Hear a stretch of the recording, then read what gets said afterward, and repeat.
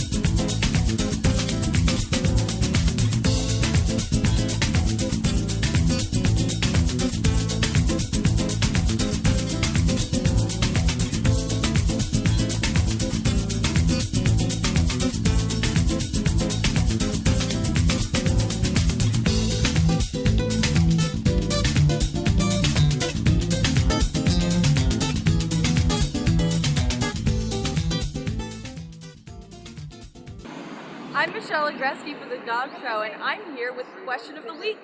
This week's question is, what's the weirdest thing your dog has ever done? What's the weirdest thing your dog has ever done? I'm going to answer this for one of my dog clients, which is Finley, who's the Rhodesian Ridgeback, which is in the run right now. When I first started walking him, he had this thing where he was peeing on women, but it was only Asian women. And it was very embarrassing. And his owners told me about it. And every time I told them they peed on a woman, they asked me, they're like, was it an Asian woman? I'm like, yeah. I'm like, he's got a thing for peeing on Asian women. So I got a feeling this could be edited out, but I'm going to say it anyway. Yeah, that's the truth. That is pretty weird. Yeah, it's pretty weird. He stopped that, by the way. He's moved on. He's not doing it anymore, so it's good. Does he have anything else he likes to pee on in particular? That's he does a lot of other weird things, but that's as far as peeing on stuff. That's probably the weirdest. What's the weirdest thing your dog has ever done? I think the weirdest thing that he does is he sits on me. So if I'm watching TV, he'll put his butt right here on my chest and he'll put his paws on my legs, which he was just doing. And he also humps the heads of dogs instead of the back. I don't think he's quite figured it out. He's still a puppy, so still working out what side he likes better. Great, thank you. You're welcome. So he sits on you like he's a small dog? Yeah. he thinks he's small. He likes to be held too. Like he'll jump on my shoulder, and it says, "Yeah, hi, you wanna come out?" Yeah, he jumps on my shoulder for me to hold him. Especially if there's salt or if he's in pain, he has a sign where he'll look at me the right way, and I pick him up.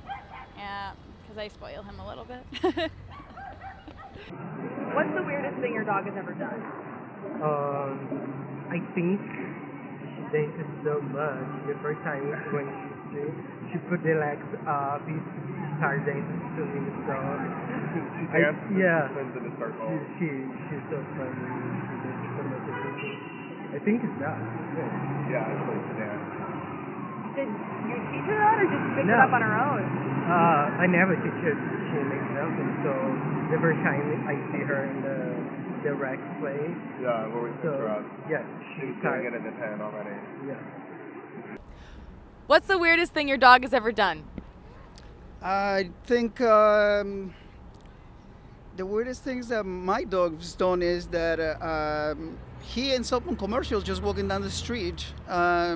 He's been on the New York Times, the Daily News. It's just commercials for Afrin. I don't know. Just he ends up on a lot of things like television. So I guess that's the weirdest thing about him is that fame seems to follow him everywhere. I tell you, they even sent me a letter from SAG saying that, he had to become a member, and it's $3,000. He's not even an actor. So I think that's the weirdest thing about him is that fame seems to follow him around. What would you like to tell us about animal rescue? Well, I think that we need more people to do some rescue. And if you ever find an animal that needs help, please, there is a place called the Wild Bird Fund. It's located on 87 in Columbus. And they will take everything except dogs or cats. But I take in their baby squirrels, baby birds. I found a rooster. I saved the rooster. I took them there. A guinea hen, bats. I mean, I have found so many animals in this park alone. People dump animals, and I have found cats, kittens. Somebody left me with the people in the dog run. So there's a lot of that. But the Wild Bird Fund will definitely help you. And more importantly, you don't have to pay a penny. You just got to bring the animal. So pick them up, keep them warm, and take them to the Wild Bird Fund, 87 in Columbus. And if anybody out there has money to donate, please donate to this cause because they are the only rehab center in New York City, and they do fabulous work. So please donate. Thank you.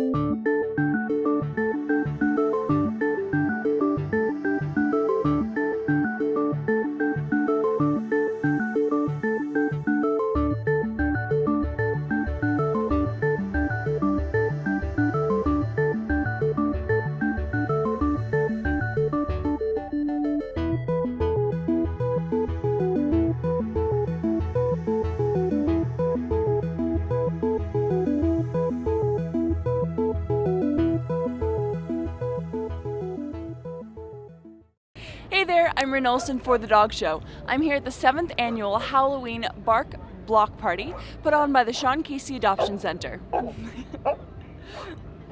Exactly.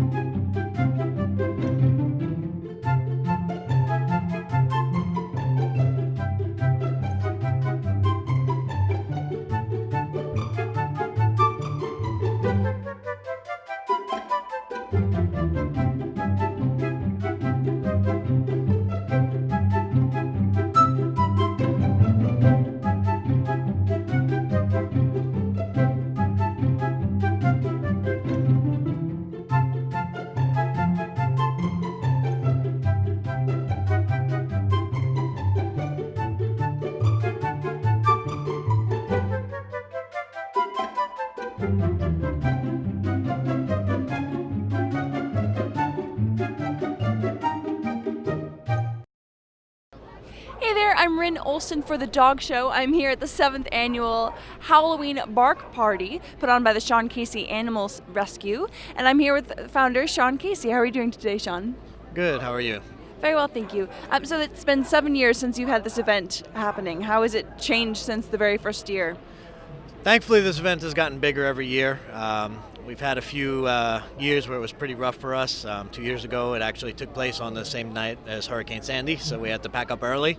The night before that, it snowed, but this year we got perfect weather, and I'm really happy for it. So we got a great turnout and great crowds.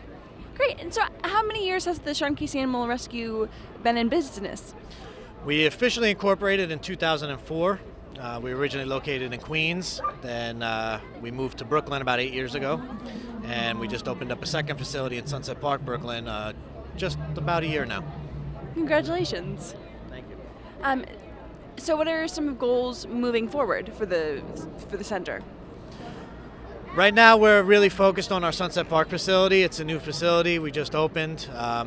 Things are still a little bit slow there. We really want to get that promoted and get people showing up to volunteer and to adopt, and hopefully get that location to run as smoothly as the Windsor Terrace one does now. Great, thank you so much. One last question. Anything you'd like to tell viewers about adoption or fostering or animal rescue in general? Sure. Always adopt. One thing that separates our shelter from every other shelter is it's not only cats and dogs. When you come here, you'll see exotic animals, birds, reptiles, fish. Any kind of animal you can think of, you can find in a shelter. So whatever it is, even if it's not a cat or a dog, always think adoption first. Great, thank you so much. Again, I'm Rin Olson for The Dog Show here at the 7th annual Halloween Bark Party put on by the Sean Casey Animal Rescue.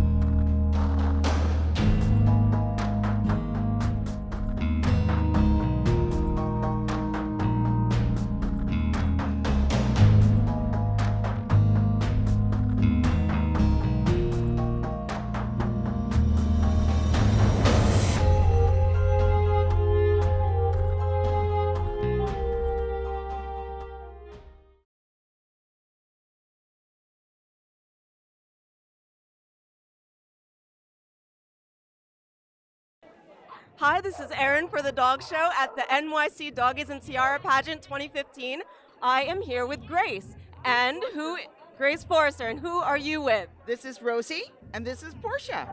Rosie and Portia. Yes, models, reality show stars. Reality show stars. What show were you on? Yes, we had a show on NYC Life called Doggy Moms. Oh, wow. So I guess you were the doggy mom. Yes, I was one of the doggy moms. It was great fun. It was really a good time. You liked it too, Rosie, right? So now we don't compete so much, but we love to come to these events. Last night at the New York Pet Fashion Show, we were one of the judges. And today we're just here to root our friends on to this fun event. Well, that's amazing because I assumed that they were competing in those outfits. Oh, thank you. No, actually, I had these outfits made for a gala that I'm very much involved with in my hometown of New Rochelle. They have a gala every year, the Humane Society. So I try to always make sure that when I'm getting an outfit, it's for some sort of charity event and not so you feel like it's a win-win situation. And who designed these outfits? These outfits were designed by Catherine Mefford. She's a very nice young woman in Montgomery, Alabama, and I send her the material at times, and she'll make them. In this case, these dresses were originally made for the Celebrity Catwalk Fashion Show, and then I sent them back to her to embellish them a little for the New Rochelle Humane Society Gala. So Rosie seems to like your mic. Maybe it smells like dog, huh? Well, actually, I had a question also about the dressing of the dogs. I mean, how does it go about getting the outfit? I mean, do you suit it to their personalities, or how do you choose the colors? Can you talk a little bit more about that? Absolutely. It goes both ways. Sometimes I find a dress or a gown for a gala, and I absolutely decide on it, and then I have to have the designer make their gowns around mine so that they coordinate. And when we go out, I try to coordinate, like I'm wearing black and the similar sort of jewelry to what they're wearing. So this is what I try to do. Sometimes it's the other way around. Sometimes they're in a show, the designers make the outfits, and then I buy my outfit based on what they're wearing. And actually, here's a question for you. How do you know if your dog enjoys wearing clothing? They know that they're going out when they put clothes on, and they don't mind at all. You mean they get excited, like they know something's happening? They know. I take out the carrier, I take out the clothes, and they know. And last night, they had sunglasses and headbands and their dresses for hours, and they didn't move. They're so good. Right? They're good models. So, because you said that you also said that they're models. So, She's done a lot of modeling. What kind of modeling? Well, like books, magazine cover of Yorkshire Terrier magazine, Yorkies 101 and Animal Planet filming. She was a cover of a calendar, and the latest one was a book by Paul Nathan called Couture Dogs of New York, and we actually had many photographs there, and also the back cover. And we had these it was taken at a masquerade party at the New York Pet Fashion Show several years ago, and I had a huge mask that I ordered from Venice, Italy, and they had masks made and their gowns, and it was really fantastic. So we enjoy this event. We enjoy all the events surrounding pre-Westminster, and then, of course, Westminster is Monday and Tuesday, and I usually go to that as well. I've been going for years. And in the case of Yorkie Rescue 911, what is the importance of an event like this to support a rescue organization? Yorkie Rescue 911, the women who run it, and it's mostly women, they are so dedicated, and it's amazing to see what they accomplish and how dedicated they are, because a lot of what I do is I canvass for funds, and I give funds and I support, but they actually do the legwork of getting dogs and interviewing clients and all of the things that they do. So any occasion like this that can bring recognition to them and notice to them, it's always a wonderful thing. And they have a big gala, usually I think it's June. I was a judge last year at their contest. and I support them very much. There's a wonderful group of ladies there. I noticed that a lot of the people at an event like this seem to know each other already. What would you tell somebody who's never participated in something like this, but wants to, but might be a bit shy? I would say try to be friendly with everyone. I think that will go a long way, because if someone from the outside comes in and then of course they don't want to mingle, or I think it's just to be friendly and nice and open and honest, and be themselves. But they should definitely come and check it out. Oh, absolutely. Everyone should come. The more people come here, the more support for the organizations. Last night it was the Mayor's Alliance. Today it's Yorkie 911. It's always, wonderful to participate in anything that really helps the cause, gives recognition, gives support, in terms of also money. Well, that's wonderful. Is there anything you'd like to add before we leave you? I hope everybody has a wonderful time tonight. Thank you so much for having me. It's been really fun, and I hope you enjoy the show too. I'm looking forward to it. Thank you very much. Thank you. And this is Erin for The Dog Show.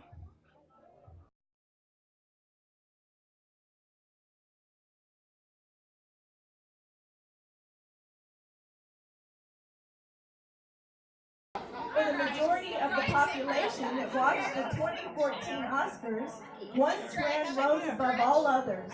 The real winner of the night was the Little White Tuxedo. TV personality and radio host Ryan Seacrest is at the head of the pack in a cream on white dinner jacket. The designer was Burberry. Ada's canine version lives with Mercedes Hernandez, and his name is Joy.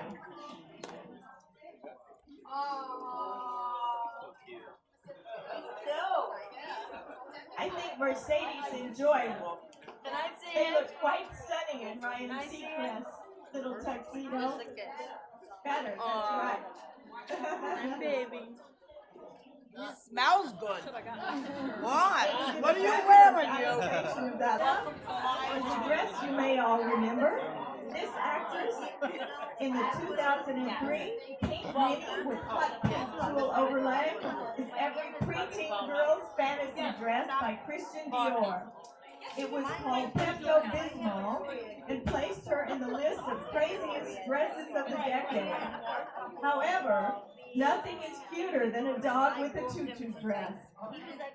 And pink, that's right, Victoria. We give this dress thumbs up for our four-legged friend and little skinny so she can wear it best. Cindy is the boss. Sophia Holmes, where she lives with Sister Beanie and their parent brother Zuba. Next up, we have the hot Jamie Foxx, who wore a gray Calvin Klein collection tuxedo with a contrasting black peak label and a black shirt and bow tie, placing him in the best dress. And who would forget Halle Berry's dress? In case the world didn't already know that she had a killer body, the actress showed it off in a sheer Ellie Soft design when she won Best Actress Award for Monsters Ball in 2002, making her one of the best dressed of all times to have walked the Oscars.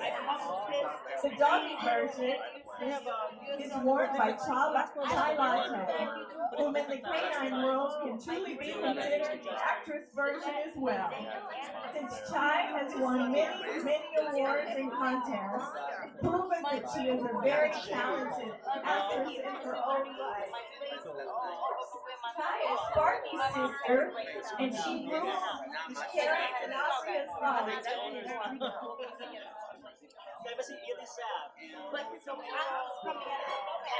Karen, you and Chai are both beautiful on the runway. I think Hallie would be very happy to see you. That's our show for this week. You've been watching The Dog Show, and I'm Michelle Agreste.